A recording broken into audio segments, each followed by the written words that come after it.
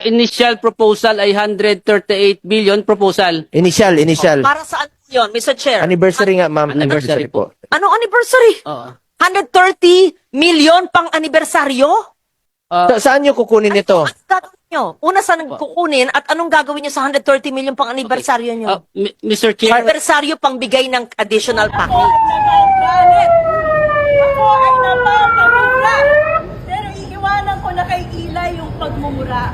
Bakit po? Dahil patuloy tayong ginagago at patuloy tayong niloloko ng gobyerno ito. Tayong mga manggagawa, tayong mga mamamayan ay patuloy na nagbabayad ng tax natin. Pero patuloy naman tayong niloloko dahil yung tax na binabayad natin, imbes na ibalik sa atin sa serbisyo, kagaya ng PhilHealth at maayos na edukasyon, ito ay inilalagay sa ayuda, inilalagay sa akap pang pamudmod ng mga politiko. Lalo na si Speaker Romualdez na walang ginawa kung hindi mag-roadshow para magpamudmod ng akap. So yung kinikita natin, yung pinagpapagura natin, yung tax na binabayad natin, na pupunta para sa patronage politics. Nakakawala po ng dignidad. Kung maaari lang huwag magbayad ng tax, hindi po ba? Pero tayo mga manggagawa, walang choice. Walang choice kung hindi patuloy na ibigay yung pera natin sa gobyerno kapalit ng walang kwentang pamamahala. Kaya po tayo naririto ngayon para ipahayag ang pagtutol natin sa malawakang korupsyon na nangyayari ngayon sa gobyerno. At ito ay kitang-kita sa 2025 proposed budget. Ito po ang pinaka-corrupt na budget sa history ng Pilipinas. Bakit?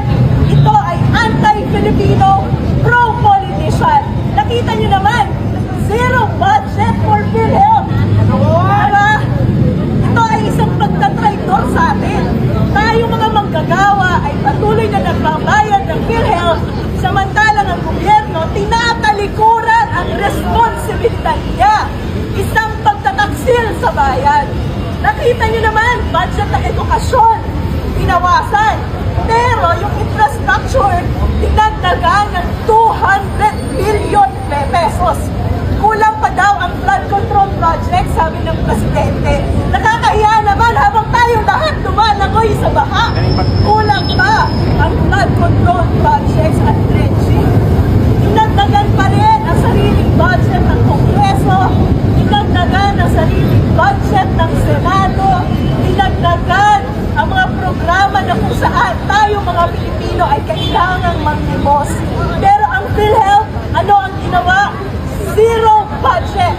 Kaya ang panawagan natin, PhilHealth natin, huwag na kawin! Ang management ng PhilHealth, zero! Ang 2025 budget, zero! Maraming salamat. I would like them to explain to us because kinakaltasan lahat kami, tayo, ng PhilHealth. Kayo ang may hawak. Habang namamatay ang mga tao, humihingi ng guarantee letter ang habang proseso. While you are floating in billions, hundreds of billions of cash. Kindly give us the breakdown of the 600 billion. Give us the details of the 600. Is it 600B? 600.1001?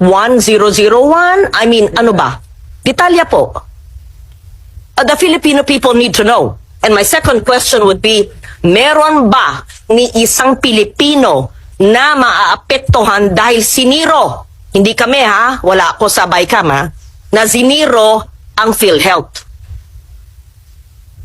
At yung mga, pangatlong tanong, yung mga ospital at mga serbisyo na umaangal sa amin dahil kami ang nasa field na marami raw babayaran ang PhilHealth sa kanila, bakit nyo para naman kayong may rubber band sa mga pockets ninyo na may pera ayaw ilabas? Hindi nyo pera yan ha.